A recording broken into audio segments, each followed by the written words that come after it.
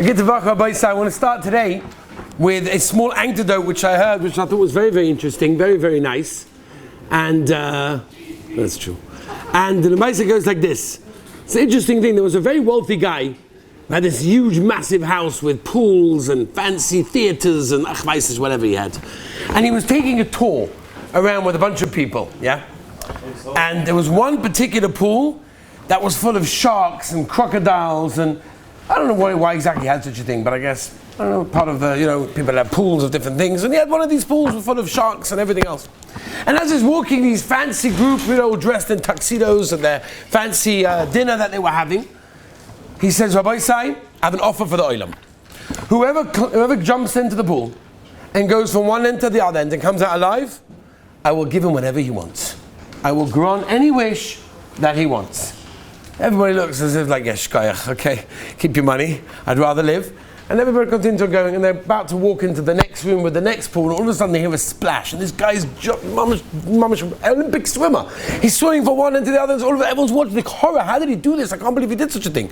Amazing. He gets all the way to the end, he jumps out of there, he made it alive. Wow. Everyone's like, this is amazing. So the rich man goes up to him and says, tell me something. What do you want? What can I give you? What wish can I give you? Whatever you want, I promised, I'm going to do it. He says, I want one thing. I want to know who pushed me into the pool.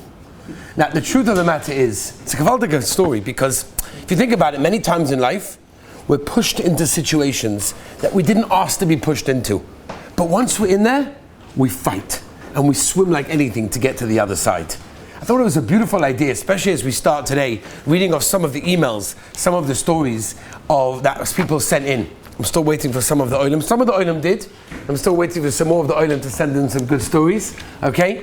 raw@basedavid.com. Ben, I'm waiting for one this week. In Mitzvah Shem, we're going to be reading it next week. Okay, so I want to read in Mitzvah Shem some of the stories that came in to be mechazik ourselves in Hashgacha Peratis, to be mechazik ourselves in Emunah. As we mentioned last week, I think we mentioned this, B'Shem Reb Moshe and Rabbi Yaakov Kamenetsky. I'm not sure if we mentioned this, or did we mention Rabbi Moshe and Rabbi Yaakov last week?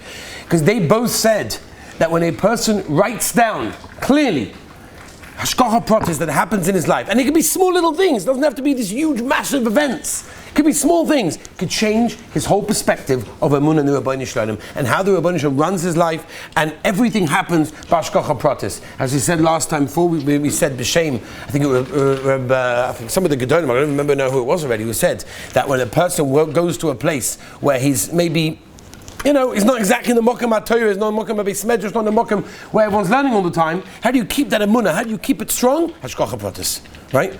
So therefore, that's why I want to try to do this. And I really want the Oyam to join me in also working on this and recognizing how much the Rebbeinu Shalom runs their life. I want to tell you, I got this email, and when I read it, I'm like, all right, no, not earth-shattering. But then I thought, no, for care. I'm going to read this one, because it's the smallest thing in the world, but somebody recognized that it was the Rebbeinu Shalom. And halavai in our own lives, when everything that happens to us happens, we would say, ooh, the Rebbeinu Shalom is doing this. Okay, here's a very small little thing.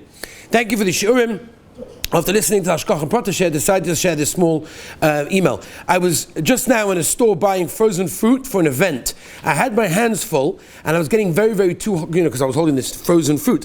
It was getting too old and too heavy, and even though I was in the end of the aisle, I turned to my friend who I was, going to the store with, and I said, listen, I'm going to have to get a basket. I thought I'd manage without a basket, but do me a favor, could you go to the front of the store, and could you get me a basket? As I saw that, I turned my head, and I saw right on top of a pile of Coca-Cola, there was an empty basket over there. And I said, wow, Rebbeinu Shalom, thank you for somebody abandoning that basket and leaving it here for me. Again, it's the tiniest little thing, but it's something that somebody recognized in their lives, that there's a Rebbeinu Shalom. And Rebbeinu Shalom orchestrated all the events that happened in their lives. And again, when we constantly start to see these things again and again, it will change the perspective of everything. Let me mention another email that came in as follows. This is anonymous. I come from a house that puts more emphasis on school than yeshiva. I went straight to work thinking that any extra yeshiva is just pushing off life. I got promotions, I made money, and I bought a dream car. Life was good. 2 years later, still doing the same thing every day, over and over, never doing anything, but always busy. I always had a close friend that introduced me to a whole new side of learning Torah. It felt so fresh and new. I was instantly obsessed. Every Shabbos, we would sit down and learn and reflect what this Sefer was saying to us every week. having a longer and fuller learning experience. I had a different friend that suddenly passed away and made me think my time could just stop, chas v'shalom, like it did for my friend.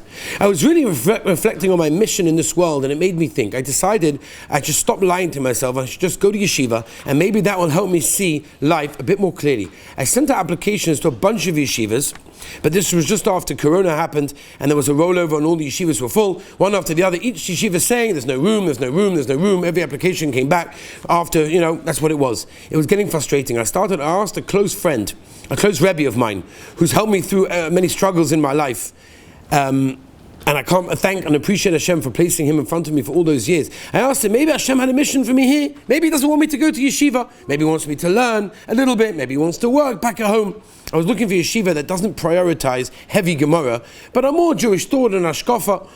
I was worried I'll get burnt out, and even more, I'll get turned away before I even get there, because the yeshiva was saying no anyway. Suddenly my Rebbe tells me about a Rebbe of yeshiva that was coming to my hometown and wants to speak to me. He told me the name. I looked it up, and I saw a beautiful group of boys wearing white shirts. I was paranoid. I thought, there's no way a kid that's been through as many schools and as little learning over the years that can come to a yeshiva like this and actually fit in. But that was all I had in front of me, thinking I should just bite the bullet and go for it. Maybe I'll actually make a few friends and learn a thing or two along the way. So some miracles, HaKadosh Baruch Hu sent this Rebbe to pick me up and pick me out of the 12 boys who probably had a bigger yeshiva life than me and were ready to take the next step. So I got the email of acceptance. I was so happy, but I was scared at the same time. I put my head down and I walked forward. Baruch Hashem, today I could say that the Rabbeinu Shalom picked me up, sat me in the Beis Medrash, a place that I've not been properly learning for many, many years. And now all I want to do is sit across from him with a beautiful sefer between us, letting me learn more and more about him and his beautiful world, an opportunity for every breath and an eye-opening moment to come closer and closer to him. And Mitzvah Hashem, every single yid that I'm close to or not close to can listen and understand how the Rabban Shem can take the smallest weak being and bring his so high after falling so low. How beautiful that is to see the way the Rabban Shem orchestrates your life and does things to you. I thought that was absolutely amazing. Another Gavaldiga Meister, Rabbi Yisai. Listen to this. I want to thank you for the Shurim I listen on to anytime. They allow me to listen to Shurim and organize the Shiva way even while being out in the world.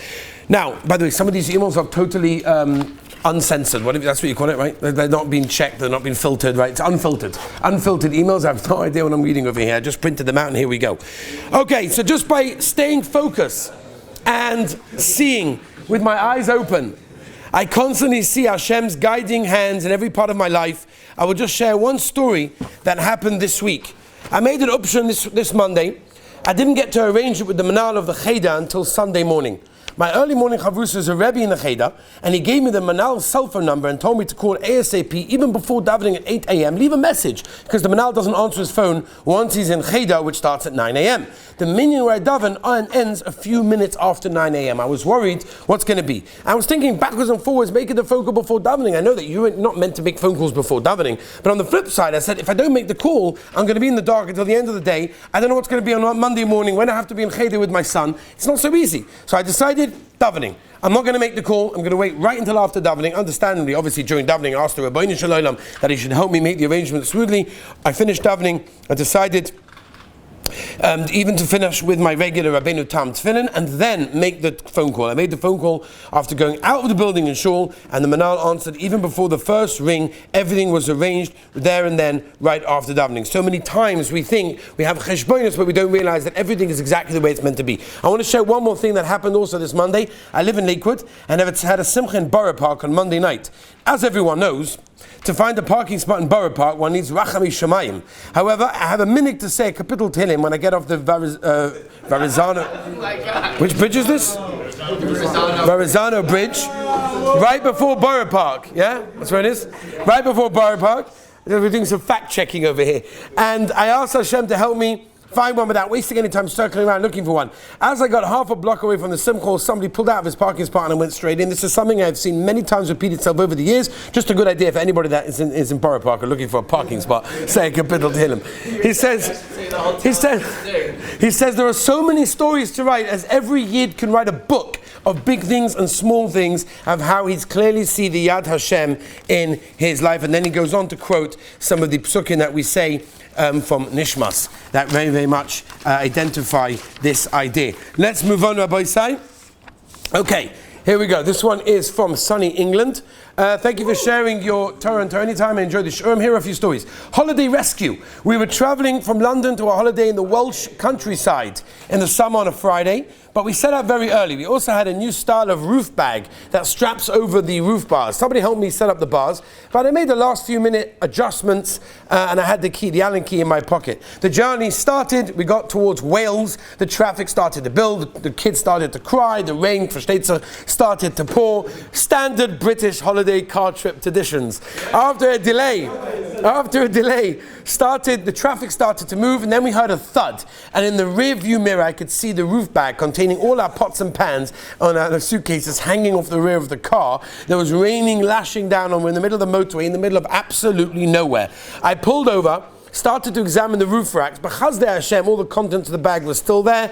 I had my key in my hand, but I had absolutely no idea how to fix anything. Hashem, please help me. Just then, the traffic started to slow. I looked at the cars and wondered who on earth is going to stop in the middle of a Welsh countryside for a Jew wearing a trademark white shirt and black pants. Just then, I see another minivan pulling over, a friendly face looking towards me. I said, "That's Gavaldik. That's amazing." He managed to help it out. He helped me put it back on. He helped put everything on. I said to him, "How did you get over here?" So he said to me, "I was about to leave the motorway at the next junction. I was also running late, but my GPS sent him around in circles and the kids were going crazy. I'm wondering what is going on with my Waze. It's broken, it's not working." But he said, "Hashgacha Peratis led me to this exact road. I saw you, I stopped, and I helped you out." And I said, that is really, really incredible, and that is really amazing.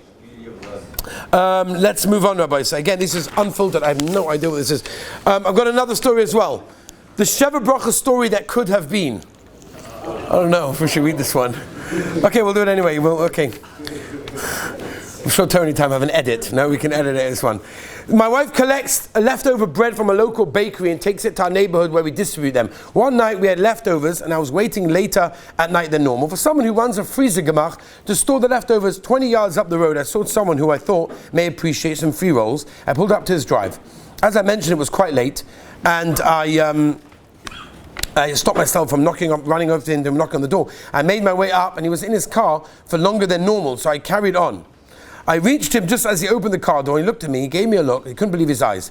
"I have some spare rolls in the car, Rabbi Yid. Maybe you'd like them." His surprised look continued as he composed himself and said, "Please come in. I have a bit of a shock to see you. Let me explain why." He had delayed getting out of his car, because he just got a call from his mother. His mother had an older single she worked with, and she had an idea for him, an older single who was my brother-in-law.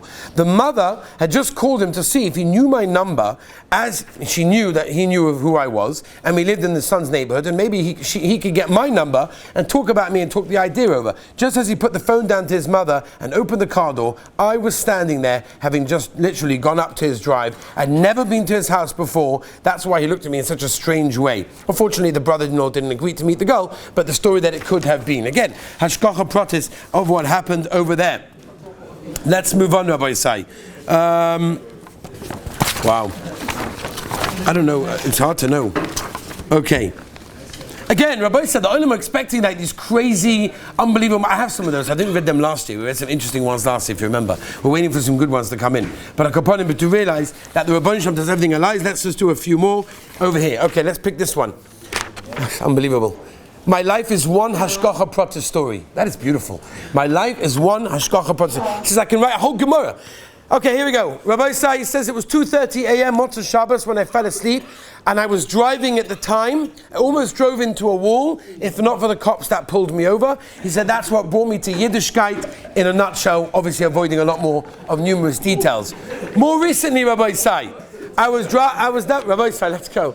I was davening to Hashem to arrange me to avoid working in the job that I had. I hated my boss. I was getting burnt out. Another long story, but it was getting very unpleasant and short-staffed. My wife had been struggling with the kids, needed help at home. She was expecting, things were difficult. It wasn't easy. My federal job has strict rules and regulations, and they gave me sick time for 4 to 6 weeks and 3 months of paternity leave afterwards. Now I'm at home to help out my wife, spend quality time with my kids and learn more Torah. This is something that no other job would ever give. Of course, it's very sad that my wife had a hard time to deal with the kids and everything else, but I do daven that she'll be winning. I hope I'll give a donation to. Okay, we'll leave that one to a different thing. But I'll upon him. Let's move on. Okay, next. This one's from Muncie. I interviewed for a job that was mostly Yiddish-speaking people, and they thought I'll be able to work around the fact that I couldn't speak Yiddish too well, because I fit the position very well. It ended up that they said it wouldn't fit, but they would let me know in a few weeks if they didn't find anybody else, then I'll have the job, because I was suitable, but just didn't speak the language. In the meantime, I was looking elsewhere. Baruch Hashem, I found a job at a printing company. The company happens to print Divrei Torah for free for the community. So while I was interviewing, the CEO handed me one of these Torah wellsprings from the Heilige Reb Meilech Biederman.